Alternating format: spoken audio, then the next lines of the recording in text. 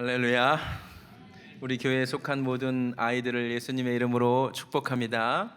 여러분, 어린 아이들을 보면 어떤 느낌이 드세요? 귀엽고 매우 사랑스럽고 뭔가 좀 보호해야 될 것 같고 그런 생각이 들지 않으세요? 당연한 이야기 같지만 놀랍게도 역사적으로 말하면 어린아이들이 그렇게 보호받아야 하는 존재라는 인식이 사실 인류 역사 가운데 계속 있었던 것은 아닌 것 같습니다. 제가 어린이에 대한 인식 변화를 좀 말씀드리려고 하는데요. 먼저 우리나라 이야기를 한번 해보겠습니다. 원래 우리나라에서 어린이라는 단어는 전혀 좋은 의미가 아니었습니다. 대체로 어떤 의미로 받아들여졌냐면 어리석고 미숙한이라는 의미로 받아들여졌죠. 여러분 알다시피 우리 세종대왕께서 한글을 창제하시고 훈민정음 이렇게 발표하실 때 이렇게 서문을 시작하셨죠. 보여주시면 나랏 말씀이 뒹귀게 달아, 그렇죠? 문자와로 서로 삼았디 아니할세. 그러니까 우리나라 말이 중국과 달라서 한자와 서로 통하지 않으므로 그다음에 이렇게 되어 있죠. 이런 전차로 어린 백성이 니르고저 홀빼이셔도, 이런 까닭으로 어린을 어떻게 번역하고 있죠? 어리석은 백성이 말하고자 하는 바가 있어도. 여러분, 어린의 뜻은 어리석은이라는 뜻이었습니다. 미숙한이라는 뜻이었습니다. 이미지가 좋지 않아요. 그래서 옛날에 보통 아이들을 부를 때도 보통 좋게 안 불렀어요. 어린 놈, 어린 것, 애새끼, 경상도에서는 얼라들, 이렇게 불렀단 말이에요. 이렇게 부정적인 이미지로 쓰여던 이 어린이가 언제부터 긍정적으로 바뀌기 시작했느냐, 놀랍게도 불과 100년 전이에요. 소파 방정환 선생 아마 아실 겁니다. 이분이 이걸 너무 안타깝게 여기는 거예요. 이분이 이 운동한 게 1920년대 일입니다. 어린이날 제정 운동을 하면서 보여주시면 이 단어를 긍정적인 의미로 쓰자. 젊은 사람들을 젊은이라고 부르듯이 어리니까 어리석다는 뜻이 아니라 어리니까 어린이라고 부르자. 그러니까 일종의 아이들을 존중하자는 의미로, 그래서 어린이의 이미지를 바꾼 게 이 소파 방정환 선생이고, 어린이날을 제정하게 하신 분도 이분이시죠. 잘 생각해 보세요. 우리가 아이들을 미숙한 존재라고 여겼을 뿐만 아니라 한국 사람들 이런 말 되게 많이 해요. 애들은 가라, 애들은 가. 전혀 존중받는 그런 분위기가 아니었어요. 그런데 유독 한국 사회만 그렇게 아이들을 무시하고 함부로 대한 것이 전혀 아니었습니다. 제가 서양사를 전공했습니다. 제가 근대사 수업을 들을 때 굉장히 놀라운 사실을 알게 됐습니다. 필립 아리에스라고 하는 사람이 Centuries of Childhood라는 아주 유명한 책을 썼는데, 이 책을 보여주시면 이 책이 베스트셀러가 됐거든요. 그래서 지금 전 세계에 여러 언어로 번역이 되어 있는데, 특별히 우리나라에도 아동의 탄생이라는 제목으로 번역되어 있고 여러분 사보실 수 있고요. 아주 유명한 책이기 때문에 실제로 구글에 이 책 제목만 검색해도 이 책 내용을 기본적으로 아실 수 있습니다. 무슨 내용이냐면 이분이 이런 주장을 합니다. 서구 사회에서도 중세 시대까지만 해도 서구에 지금과 같은 아동기에 대한 개념이 없었답니다. 아동기, 청소년기 그런 개념이 없어요. 자기의 주장을 뒷받침하기 위해 이 사람이 책에서 인용하는 것들은 중세 시대에 그려진 그림들입니다. 판화들을 보라는 것입니다. 예를 들어 10세기에서 12세기경에 그려진 그런 아이들의 모습을 보여주면서 이분이 설명이 그렇습니다. 실제로 보면은 아이들의 모습이 전혀 애들의 모습이 아닙니다. 얼굴이 거의 어른이에요. 근데 크기만 축소해서 대부분 아이들을 그려놓습니다.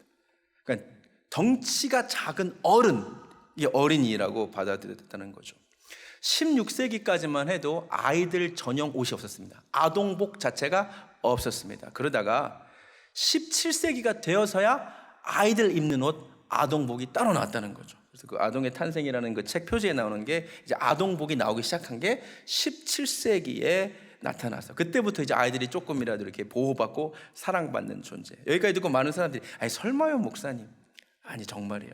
이 필립 아리에스만의 주장이 아니고 여러 학자들이 다 동의하는 거고, 실제로 산업화 때까지만 해도 여러분 아이들에 대한 인식이 사랑받고 보호받는 존재가 아니라 집안의 노동력이었습니다.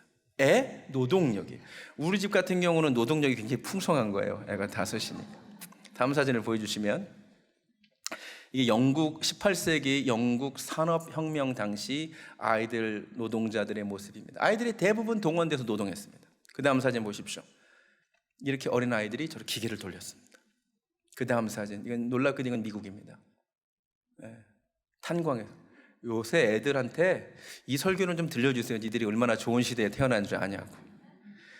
이 아이들 노동에 대한 문제가 제기되고 아이들 노동을 금지하는 노동규제법이 영국에서 통과된 것이 불과 지금부터 200년 전인 1819년의 일입니다. 그러니까 19세기 초가 되어서야 아이들이 이렇게 노동력으로 쓰면 안 되겠다는 공감대가 서구사회에 형성됐다는 거죠. 우리나라도 마찬가지입니다. 아이들 다 노동력으로 썼습니다. 다음 사진. 이렇게 지게 메고 애들이 저 무거운 지게를 메고 노동력으로 쓰임받은 거죠. 애들한테 꼭 이 사진 보여주세요. 얼마나 좋은 시대를 살고 있냐고. 그 다음 사진 보세요. 앞에서 끌고 뒤에서 밀고. 여전히 소위 말하는 후진국 제3세기에서는 여전히 아이들이 노동자로 착취당하고 있습니다. 다음 통계를 보여주시면 전 세계 아동 노동 현황입니다. 현재 전 세계에서 약 1억 6천만의 아이들이 노동자로 살고 있습니다. 다음 사진을 보여주시면 각지에서 소위 말하는 제3세계에서 아이들이 이렇게 노동을 하고 삽니다. 특별히 여러분 즐겨 먹는 초콜릿 다 아동 노동 착취의 결과입니다. 다음 사진 보여주시면 유니세프에서 만든 포스터죠. 눈물 밴 초콜릿 기억하라. 이거 다 아이들 노동 착취입니다. 뭐 나이키 신발, 운동화 아이들 노동으로 만들어지고 있다는 사실 아십니까? 놀랍게도 인류 역사에서 너무나 긴 시간 동안 아이들이 보호받고 사랑받는 존재가 아니라 멸시의 대상, 무시의 대상이었다는 사실을 알아야 됩니다. 그런데 성경 시대에도 그랬습니다. 오늘 본문을 다시 보겠습니다. 사람들이 예수께서 만져주심을 바라고 어린아이들을 데려오는데 제자들이 꾸짖습니다. 우리나라만 애들은 가라, 애들은 가 한 게 아니라 예수님의 제자들도 애들은 가라는 거예요. 어디 감히 애들이 예수님께 오냐는 거죠. 오늘날 부모들이 이런 모습 보면 분개하겠죠. 그러나 그 당시 상식이었습니다. 그 당시에 여자와 아이들은 숫자에도 넣지 않았습니다. 존재감이 없었던 시대입니다. 그러니까 제자들의 행동이 특별한 것이 아니라 당연한 것이었습니다. 여기서 특별한 것은 예수님의 반응입니다. 예수님의 반응이 놀랍습니다. 예수님 놀랍게도 보시고 노하십니다. 말씀하시기를 어린아이들이 내게 오는 것을 용납하고 금하지 말라. 하나님의 나라가 이런 자의 것이니라. 할렐루야. 너무 감사한 거예요. 제자들의 모습이 상식일 때 예수님은 아이들 막지 말라는 거예요. 영어 성경으로 보시면 Let the children come to me. 내게 좀 오게 해라. Do not hinder them. 방해 좀 하지 말라는 거죠. 다시 말합니다. 예수님이 매우 화나셨어요. 아이들이 예수님께 오는 것을 막는 것을 화내셨어요. 아이들을 내게로 오는 것을 금하지 말라 그랬어요. 이 시간 부모님들에게 질문합니다. 혹시 여러분 인생에서 아이들이 예수님께로 가는 것을 막은 적은 없으십니까? 그럼 부모가 자식에게 할 수 있는 가장 큰 죄 중에 하나는 자녀들이 예수님께 가는 것을 막는 것입니다. 제가 2005년도에 신학교에 들어갔고 그때 중고등부 전도사로 첫 사역을 시작했습니다. 그때 사역하면서 정말 놀라운 사실을 알게 됐습니다. 그것은 바로 정말 한국의 많은 학부모들이 자식들이 예수님께로 가는 길을 막는다는 것입니다. 부모가 막습니다. 시험 때가 되면 아이들 출석률이 반으로 줍니다. 들어봤더니 부모가 가지 말라 그런 거예요. 시험 때인데 공부해야지 어디 교회를 가. 부모가 수련회? 수련회를 지금 공부할 때 무슨 수련회를 가냐고. 그러다 은혜 받고 신학교 가면 어떡하려고. 지금은 대학 가라 이거야. 좋은 대학 가고 나중에 신앙생활 하라는 거야. 그러니까는 부모들이 아이들한테 심어주는 게 대학이 최고라는 거야. 하나님보다 대학이 최고라는 거야. 근데 그 교육을 받고 애들이 자랐는데 막상 대학, 여러분 대학 가보셔야 알잖아요. 아무것도 없잖아요. 그러니까 애들이 허무해지는 거예요, 인생이. 국민일보에서 아주 충격적인 설문조사 결과를 발표한 적이 있습니다. 만약에 주일 예배 시간과 아이들 학원 시간이 겹치면 어디로 보낼 거냐, 학원으로 보낼 사람이 있느냐, 설문조사 결과 보시기 바랍니다. 충격입니다. 놀랍게도 소위 말하는 중직자, 교회에서 중직자는 안수 집사님, 권사님, 장로님을 말합니다. 세상에 이 중직자들이 60%가 학원 보내겠대요. 그래도 우리 집사님들이 최고예요. 우리 집사님들은 34%만 보내겠대요. 할렐루야. 참 재밌죠? 처음에 교회 온 성도님들은 한 절반 정도 그랬는데 집사님 되면 좀 뜨거웠다가 교회 오래 다니면 또 저렇게 되나 봐. 애들이 주님께로 가는 길을 부모가 막아요. 여기까지 듣고 아유 그래도 나는 그런 적 한 번도 없는데, 나는 애들 교회 못 가게 한 적 한 번도 없는데 안심이세요? 아니요, 안심하게 하시길래요. 심지어 내가 교회를 계속하고 아이들이 교회 가는 것을 한 번도 막은 적이 없어도 여전히 나는 그 아이들이 예수님께로 가는 것을 막을 수 있다는 사실을 아십니까? 살다 보니까 이런 사람들을 꽤 많이 만나게 됐습니다. 우리 아빠가 목사거든, 우리 아빠가 장로거든, 우리 엄마는 권사거든. 근데 나는 안 믿어. 왜냐? 우리 아빠 엄마를 보니까 하나님이 안 계신 것 같아요. 끔찍한 일입니다. 노골적으로 물리적으로 예수님께 가는 것을 막은 적이 없는데 사실상 더 심각하게 막은 거죠. 이 부모의 삶을 보니까 하나님 안 계신 것 같다는 거죠. 부모의 역할이 너무너무 중요하다는 사실을 아십니까? 부모가 한 그대로 자식들이 보고 자라나지 않겠습니까? 저는 어렸을 때 부모님께서 주일 성수 무조건 해야 된다고 배웠어요. 그래서 주일날 무슨 시험 있어도 안 봤어요. 저는 그냥 교회 가야 되는 줄 알고 자랐어요. 부모가 가르친 그대로 한 그대로 자식들이 따라가게 되는 거죠. 할렐루야. 여러분 심각하게 들으세요. 부모가 하는 거 그대로 보고 아이들이 자랍니다. 영상을 하나 보겠습니다. It looks like rain again today. Dark clouds gather and fill the sky. Don't know how to talk to you, just know how to say goodbye. Have you actually got a driver's license? I don't think so. Go back where you came from. Learn to speak English. Go back where you came from.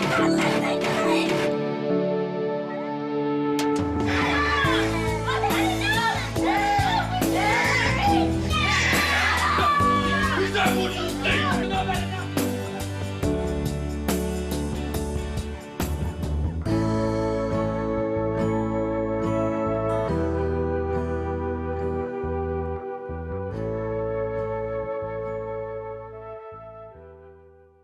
마지막에 children see, children do 이렇게 되어 있습니다. 무서운 이야기입니다. 아이들은 본 그대로 행합니다. 그럼 집에서 부모가 하는 말이 얼마나 중요한지 아십니까? 아이들이 교회에 대한 좋은 인상을 가져야 되거든요. 근데 대부분의 부모들이 집에 와서 예배 잘 들어놓고 집에 와서 교회 욕합니다. 그리고 목사 욕합니다. 그러니까 아이들이 잘 들어보니까 교회는 진짜 이상한 집단 같아요. 목사들은 다 나쁜 놈들 같아요. 결과적으로 그래서 아이들이 주님께 가는 것을 부모가 막습니다. 여러분 심각하게 받아들이셔야 돼요. 맨날 교회 비판하는 사람들이 있어요. 너무 불쌍해요. 그게요, 자녀들을 하나님께로 나가는 것을 막는 일이에요. 맨날 목사 욕하는 것, 그게 자녀들이 주님께로 가는 것을 막는 행위라는 걸 아셔야 돼요. 여러분 기왕이면 집에 가셔서 우리 교회가 얼마나 좋은지 말씀하시기 바랍니다. 정말 우리 교회 좋지 않아요? 네. 이왕이면 집에 가셔서 우리 목사님 너무 좋다고. 제가 여러분에게 칭찬 들어서 뭐 하겠어요? 저를 위한 일이 아니에요. 그게 여러분 자녀를 위한 일이라고요. 자녀가 교회에 대한 욕 들으니까 교회를 불신해요. 지금 한국 설문조사 하면 교회를 신뢰한다는 응답이 18%밖에 안 나와요. 다 부모가 심은 거예요. 부모가 교회 갔다 와가지고 교회 아주 이상한 집단으로 만들어 놓고, 부모가 교회 갔다 와서 목사 욕하는 바람에 목사는 신뢰할 수 없는 사람들이라고 부모가 가르친 거란 말이에요.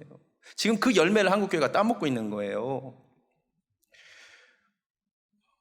예수님께 가까이 가는 것을 부모가 막는 거예요. 근데 예수님이 화나셨다는 걸 여러분이 기억하셔야 됩니다. 예수님 덧붙이십니다. 어린아이 같이 천국을 받아들여야 된다고. 근데 정의가 좀 필요한 것 같아요. 왜냐하면 성경을 읽어보면 어린아이 같음을 두 가지로 이야기합니다. 하나는 긍정적인 의미로, 하나는 매우 부정적으로. 그래서 제가 이걸 좀 구분해야 될 것 같아요. 영어로 이렇게 구분할 수 있습니다. childish, 유치한이라는 뜻입니다. 애같이 유치한. childlike, 어린아이같이 순수한, 이렇게 번역할 수 있습니다. 맞습니까? 성경을 보면은 진짜로 제자들이 누가 크냐고 유치한 논쟁을 하고 있습니다. 이건 childish한 거죠. 바로 그 모습을 보시고 예수님이 어린아이 하나를 부르셔서 누구든지 천국을 어린아이 같이 받들어야 된다. 여기서는 childlike겠죠. 그래서 저는 우리의 신앙이 어린아이 같아야 되는데 childish 하면 안 되고 childlike, 아이같이 순수하게 믿어야 된다고 생각해서 먼저 우리가 닮지 말아야 될 childish 신앙, 유치한 신앙이 뭔지를 살펴보도록 하겠습니다. 첫 번째, 성경이 말하는 유치한 신앙은 성장하지 않은, 성숙하지 않은 신앙을 말합니다.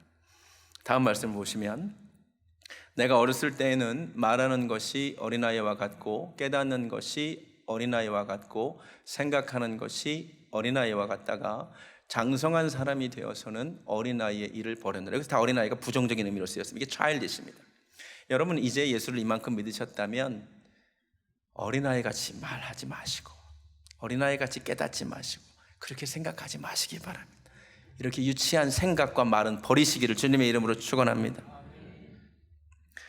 고린도전서 3장 1절에 이런 말씀이 있습니다. 형제들아, 내가 신령한 자를 대함과 같이 너에게 말할 수 없어서 성숙한 자가 아니라서 육신에 속한 자 곧 그리스도 안에서 어린아이들을 대함과 같이 해야만 한다. 사도 바울이 단식했습니다.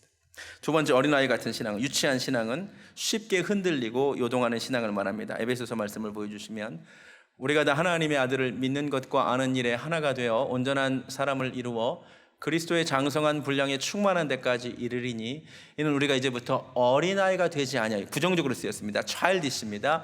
사람의 속임수와 간사한 유혹에 빠져 온갖 교훈의 풍조에 밀려 요동하는 것이 어린아이 신앙입니다. 이단에 쉽게 빠지는 거죠. 누가 무슨 얘기하면 그냥 쫓아가는 거죠. 흔들리는 거예요, 신앙이. 이런 유치한 신앙에서 벗어나시기 바랍니다. 세 번째, 어린아이, 성경이 말하는 유치한 신앙은 단단한 음식을 못 먹는 신앙을 말한답니다. 히브리서 5장입니다. 때가 오래되었으므로 너희가 마땅히 선생이 되었을 터인데 너희가 다시 하나님의 말씀의 초보에 대하여 누구에게서 가르침을 받아야 할 처지이니 단단한 음식은 받아들이지를 못하고 단단한 말씀은 받아들이지 못하고 젖이나 먹는데요. 위로하는 말, 등 두드려주는 말, 격려하는 말은 아멘하고 결단을 요구하고 순종을 요구하고 회개를 요구하는 단단한 말씀은 못 받아들인다는 거죠. 이게 어린아이의 신앙이라는 거죠. 여러분, 이 유치한 신앙에서 벗어나시기 바랍니다. 그럼 우리는 childlike, 어린아이 같은 순수한 신앙을 가져야 되는데, 그럼 어린아이의 특징이 무엇인가? 제가 4가지로 정리해 봤습니다. 첫 번째, 언제나 하나님을 찾고 의존하는 신앙. 제가 늦둥이를 최근에 낳아서 막내가 이제 1살 됐기 때문에 이번에 설교하기가 참 좋더라고요. 다 잊어버렸었는데 아이를 다시 키우다 보니까 이제 새록새록 생각나게 됐습니다. 여러분, 아이가 제일 많이 하는 게 뭔지 아세요? 아이가 하루 종일 하는 게 뭔지 아세요? 엄마 아빠 찾는 일입니다. 맞아요? 항상 엄마 아빠를 찾습니다. 말로 찾고 눈으로 찾습니다. 애가 항상 제일 먼저 하는 게 엄마 어딨나 아빠 어딨나 찾는 거예요. 맞습니까? 엄마 아빠가 보이지 않으면 불안해서 웁니다. 엄마 아빠가 확인되면 괜찮습니다. 아이가 엄마 아빠 손을 놓치지 않으려고 합니다. 적어도 옷자락이라도 놓치지 않으려고 합니다. 이게 어린아이의 특징입니다. 말로도 계속 우리 집 애만 해도 사실 엄마는 잘 안 하고 아빠를 그렇게 많이 합니다. 아빠 한 하루에 100번 이상은 아빠 그래요. 엄마보다도 아빠를 많이 얘기해요. 이게 아이들의 특징입니다. 이런 신앙인이 돼야 돼요. 주님, 하나님, 난 하나님 없이는 살 수 없어요. 때만 되면, 기회만 되면 하나님을 찾는 인생. 할렐루야. 내가 주님 놓치면 살 수 없다는 인생. 이게 어린아이 같은 신앙이에요. 여러분, 항상 주님 찾으시기 바랍니다. 근데 아이들이 좀만 크면, 어렸을 때는 엄마 없으면 못 살았는데 좀 지나면 엄마 없이 잘 살아요. 이게 어른이 돼버린 거예요. 여러분도 예전에는 진짜 주님 없으면 못 살았어. 하나님 없이는 못 살았어. 근데 어느 순간부터 너무 잘 살아. 하나님 없이도. 돈도 충분히 많고 세상에서 성공해서 하나님을 찾지 않아도 괜찮아. 그게 잘못되기 시작하는 거예요. 다시 돌이켜 어린아이 되시기 바랍니다. 두 번째, 어린아이의 특징은요, 유연합니다. 다리가 쫙쫙 찢어집니다. 애가요 막 다리가 막 무지하게 막 유연한 거 있죠. 우리 다 해도 180도를 이렇게 찢어요. 저는 한 35도 정도 찍습니다. 어른의 특징은 굳어짐입니다. 몸이 굳어 있습니다. 아이의 특징은 부드러움입니다. 근데 제가 다리 안 찢어진다고 아무 문제 없습니다. 문제는 생각도 안 바뀐다는 거예요. 삶도 안 바뀐다는 거예요. 좋은 말씀을 듣는데, 여러분, 새가족 교육을 방금 끝내고 왔어요. 대부분 새가족 교육할 때 우리 교회 왜 등록했냐 그러면 말씀이 좋아서 등록했대요. 좋은 말씀 우리가 들어요. 근데 왜 안 바뀌어요. 잘 안 바뀌어. 굳어져 버려가지고. 어린아이 같은 신앙이 뭐냐? 말씀을 들으면 즉각 몸을 변화시키는 거예요. 하나님 말씀 들으면 곧바로 순종하는 거예요. 내 삶을 바꾸는 거예요. 할렐루야. 예, 그런 어린아이 같은 신앙, 부드럽게 유연하게 내 생각이 있지만 하나님의 뜻이 그렇다면 바꾸는 신앙, 그것이 어린아이 같은 신앙인 줄로 믿습니다. 내 몸과 내 삶이 변화되기 원합니다. 세 번째, 이 애 손을 봤더니, 우리 다니엘의 손을 봤더니 진짜 조그마고요, 뭐 하나만 지어줘도 가득 차더라고요. 아이들은요 작은 것으로 금방 만족합니다. 우리 애들은 아직까지도 뭐 이렇게 사탕 하나 주면 감사합니다, 감사합니다 그러면서 만족합니다. 우리가 하나님께서 작은 거 허락하여 주셔도 감사하고 만족할 때가 있었습니다. 근데 지금은요 얼마나 어른이 돼가지고 웬만한 것으로는 감사가 안 나와요. 만족을 안 해요. 계속 부족하대요. 여러분 돌이켜서 어린아이 되시기 바랍니다. 주님이 주셔도 금방 그 손이 차잖아요. 어린아이 되시기 바랍니다. 네 번째, 아이들의 특징 정말 순수합니다. 믿습니다. 산타클로스 애들이 믿어요. 제가 사도행전 12장을 설교하면서 한 이야기입니다. 베드로 사도가 잡혔습니다. 베드로 목사님이 잡히니까 온 성도들이 모여가지고 기도합니다. 뭐라고 기도했을까요? 여러분, 목사님이 감옥에 갇혔어요. 여러분, 제가 혹시 나쁜 일 때문이 아니라 신앙을 지키다가 감옥에 갇혔어요. 여러분, 저를 위해 기도하실 거죠? 좀 해주세요. 뭐라고 기도하실래요? 끝까지 순교하게 해달라요, 뭐 해주세요, 뭐 그것도 좋은데 풀려나게 해주세요, 좀 기도해 주세요. 할렐루야. 베드로 사도가 갇혔으니까 분명히 풀어달라고 기도했을 거예요. 하나님이 그 기도를 들으시고 천사를 보내사 감옥에서 풀어주십니다. 그래서 베드로가 성도들이 모여있는 마가의 집에 와서 문을 두드립니다. 근데 영접하러 로데라고 하는 아이가 나옵니다. 성경은 일부러 아이라고 밝힙니다. 근데 들어보니까 베드로 사도가 밖에서 문 두드리고 있는 거예요. 그러니까 로데가 너무 깜짝 놀라가지고 베드로 사도를 진짜 하나님이 풀어주셨구나. 근데 너무 기쁘니까 문을 차마 못 열고 방으로 들어갑니다. 그래서 어른들한테, 집사님들 기도 그만하죠. 기도 그만해도 괜찮아요. 하나님이 우리 기도를 들으시고 베드로 목사님 풀어주셨어요. 그랬더니 이 기도하던 어른들이 뭐라고 하느냐, 미쳤구나. 지금 뭐라고 기도했죠? 안 믿고 기도한 거예요. 그러니까 자기들도 기도하면서 안 믿어. 실제로 하나님이 풀어줄 거라고 안 믿는 거예요. 그러니까 아이가 힘써, 진짜라니까요, 진짜예요. 천사겠지. 기가 막힌 이야기입니다. 너무 어른이 돼버리지 않으셨어요? 여러분, 한때 순수하게 하나님의 말씀을 믿었던 때가 있었어요. 그때가 있었어. 근데 어느새 너무 어른이 돼버렸어. 기도는 해요. 여전히 기도합니다. 그러나 안 믿어요. 기도만 하는 거예요. 믿지 않아요. 여러분, 그 어린 이 시절, 순수하게 하나님의 말씀을 믿었던 그 시절로 돌이키시기를 주님의 이름으로 축원합니다. 주님 우리에게 말씀하십니다. 돌이켜야 된다고. 돌이켜 어린아이가 되어야 된다고. 세상 논리와 정반대죠. 세상은 어른이 되어야 된다고 말하죠. 그런데 감사하게도 우리 이민자들은 돌이켜 어린아이가 되어본 경험을 이미 해봤습니다. 한국에 사실 때 한국말도 워낙 잘하시고 한국 시스템도 너무 잘 알아가지고 걱정 없이 염려 없이 잘 사시다가 어느 날 미국으로 갑자기 이민을 왔더니 말문이 막히고 미국의 시스템과 문화를 몰라서 사실 돌이켜 어린아이가 된 기분으로 말도 새로 배우고 문화도 새로 배우고 학교 시스템도 새로 배우고 있잖아요. 그나마 미국은 여러분이 영어를 좀 하니까 괜찮죠. 만약에 여러분이 우크라이나 같은 데로 이민을 갔다고 생각해 보세요. 정말 돌이켜 어린아이가 돼야 됩니다. 말 새로 배워야 돼요. 아무리 한국에서 잘 알았다 할지라도, 한국말 잘했다 할지라도 소용없어요. 말 새로 배우는 거예요. 그 나라의 문화를 새로 배우는 거예요. 여러분, 신앙생활을 시작한다는 것은 사실 돌이켜 어린아이가 되어 새로 배우는 것을 의미합니다. 여러분, 아무리 세상에서 공부 많이 하시고 잘나셨다 할지라도 교회에 오시면 새로 배우셔야 됩니다. 제가 나이가 어리지만 여러분이 인생을 더 오래 사셨지만 아니요, 이거 새로 배우시는 것입니다.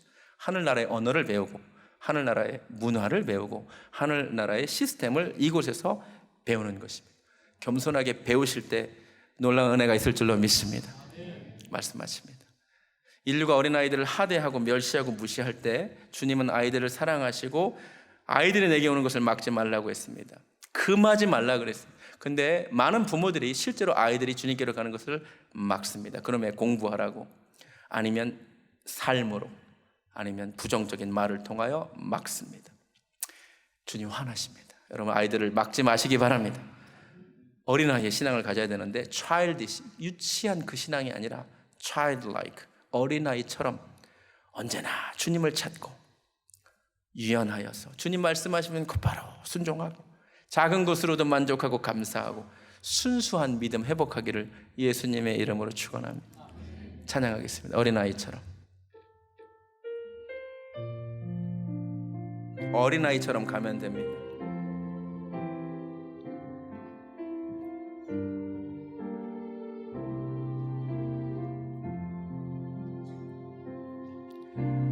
어린 아이처럼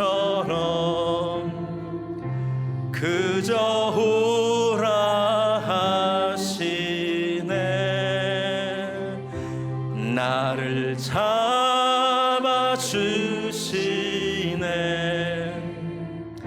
주의 강한 손으로 잡아주시네. 할렐루야. 거룩한 주님 잡아주시네. 할렐루야. 거룩한, 나 가난한 마음으로 아이처럼 갑니다. 나 가난한 마음으로 주께 가기만 하면 도우리라. 주가 말씀하시, 내가 죽어야만, 내가 죽어야만 많은 열매 맺으리. 주와 함께 못 박혀 나 다시 살리라. 다시 살리라. 할렐루야. 거룩한, 다시 살기 원합니다. 다시 살리라. 할렐루야. 우리 마지막 고백합니다. 찬양하리라. 찬양하리라. 할렐루야. 거룩한 주님 찬양하리라. 할렐루야. 거룩한 주. 우리 다 같이 눈을 감습니다. 말씀을 생각합니다. 어린아이들이 내게 오는 것을 금하지 말라 그랬는데 나는 혹시 내 자녀들이 주님께 가는 것을 막고 있지는 않습니까? 물리적으로 막지는 않더라도 나의 삶으로, 나의 말로 예수님께 아이들이 가까이 가는 것을 막고 있지는 않았는지 회개하는 시간 되기를 원합니다. 돌이켜 어린아이 되기 원합니다. 유치한 어린아이가 되라는 것이 아니라 그렇게 미성숙하고 쉽게 흔들리고 단단한 음식을 못 먹는 그런 신앙인들이 아니라 정말 어린아이처럼 언제나 하나님을 찾고 의지하며 어린아이같이 부드럽고 유연하며 작은 것으로도 만족하고 감사하고 순수하게 믿었던 그 시절의 믿음을 회복하는 신앙 되기를 원합니다. 우리 시간 주의 이름 간절히 한번 부르고 한 음성으로 기도하며 나아가겠습니다. 주여, 나의 하나님 감사합니다. 오늘도 기록된 말씀을 통하여 하나님의 음성을 듣게 하시니 감사합니다. 하나님, 내 사랑하는 자녀들을 나도 모르게 예수님께로 가까이 가는 것을 내가 막았나이다. 하나님 용서하여 주시옵소서. 하나님 불쌍히 여겨 주시옵소서. 어리석은 부모 되지 않기를 원합니다. 아버지, 내가 하는 걸 그대로 보고 아이들이 따라갈 텐데, 하나님 이 아이들이 정말로 주님께 가까이 가는데 내가 방해가 되지 않기를 원하나이다. 하나님 어린아이같이 유치한 신앙은 버리게 하시고 이제는 정말 어린아이같이 순수했던 그 모습 그대로 언제나 우리 주님을 찾고 의존하게 하시고, 아버지 하나님 말씀하시면 유연하게 순종하게 하시고 작은 것으로도 만족하고 감사하게 하시고, 내가 처음 믿었을 때 그 모습 그대로 순수하게 하나님 말씀을 믿고 나아가는 우리들 되게 하여 주시옵소서. 하나님 어린아이의 믿음이 회복되기를 원합니다. 순수한 믿음이 회복되기를 원합니다. 할렐루야. 감사합니다. 하나님 오늘도 기록된 말씀을 통하여 나에게 말씀해 주시니 감사합니다. 돌이켜 어린아이 되기를 원하나이다. 그리고 내 사랑하는 자녀들을 주님께로 가까이 가는데 걸림돌 방해자 되지 않게 하여 주시옵소서. 이제는 우리 주 예수 그리스도의 은혜와 하나님 아버지의 극진하신 사랑과 성령님의 역사하심이 오늘 말씀을 통해 돌이켜 어린 아이가 되기를 소원하는 사랑하는 우리 베델교회와 모든 예배드리는 성도님들 머리 위에 지금부터 영원까지 함께 하시기를 간절히 축원하옵나이다. 아멘.